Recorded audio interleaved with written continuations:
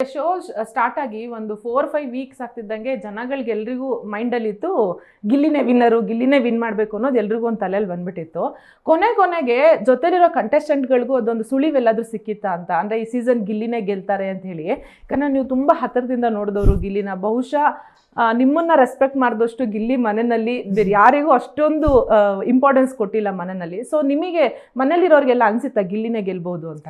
ಗೆಲ್ಬೋದು ಅನ್ನೋದಕ್ಕಿಂತ ಅವನ ಆಟ ತುಂಬಾ ಚೆನ್ನಾಗಿ ಆಡ್ತಿದ್ದಾನೆ ಅಂತ ಎಲ್ರಿಗೂ ಅನ್ಸಿತ್ತು. ಎಸ್ಪೆಷಲಿ ನನಗೆ ಅನ್ಸಿತ್ತು. ನೀವು ಅವ್ನು ತುಂಬಾ ಚೆನ್ನಾಗಿ ಆಟ ಅರ್ಥ ಮಾಡ್ಕೊಂಡಿದ್ದಾನೆ, ತುಂಬಾ ಚೆನ್ನಾಗಿ ಆಟ ಆಡ್ತಿದ್ದಾನೆ ಅಂತ. ನಾನ್ ಗೇಮ್ ಹೇಗೆ ಅರ್ಥ ಮಾಡ್ಕೊಂಡಿದ್ದೆ ಅಂತ ಹೇಳ್ತಿದ್ನಲ್ಲ, ಆ ವಿಷಯದಲ್ಲೂ ಹಿ ವಾಸ್, ಏನೇ ಕಾಮಿಡಿ ಮಾಡಲಿ, ಎಲ್ಲೇ ಅವ್ನು ಇದು ಮಾಡಲಿ, ಪಾಯಿಂಟ್ ಹೇಳೋ ಟೈಮಲ್ಲಿ ಅಥವಾ ಎಲ್ಲೋ ಮಾತಾಡೋ ಟೈಮಲ್ಲಿ ಆನ್ ಪಾಯಿಂಟ್ ಮಾತಾಡ್ತಾ ಇದ್ದ. ಅದು ತುಂಬ ಇಂಪಾರ್ಟೆಂಟ್. ನೀನು ಜಸ್ಟ್ ಸುಮ್ಮನೆ ಕಾಮಿಡಿ ಮಾಡ್ಕೊಂಡು ಅಷ್ಟು ದೂರ ಬರೋಕ್ಕಾಗಲ್ಲ, ಅಥವಾ ಸುಮ್ಮನೆ ನಾವು ಮಾತಾಡ್ಕೊಂಡು ಬರೋಕ್ಕಾಗಲ್ಲ. ಆ ಕಾಂಬಿನೇಷನ್ ಇತ್ತು ಅವನಲ್ಲಿ. ಐ ನ್ಯೂ ದಟ್, ನನಗೆ ಗೊತ್ತಿತ್ತು. ಅದೇ ವಿನ್ನರ್ ಅವನೇ ಅಂತ ಹೇಳೋದಕ್ಕಿಂತ ತುಂಬ ಆಟನ ಚೆನ್ನಾಗಿ ಆಡ್ತಿದ್ದಾನೆ ಅನ್ನೋದು ನಮ್ಗೆಲ್ರಿಗೂ ಗೊತ್ತಿತ್ತು.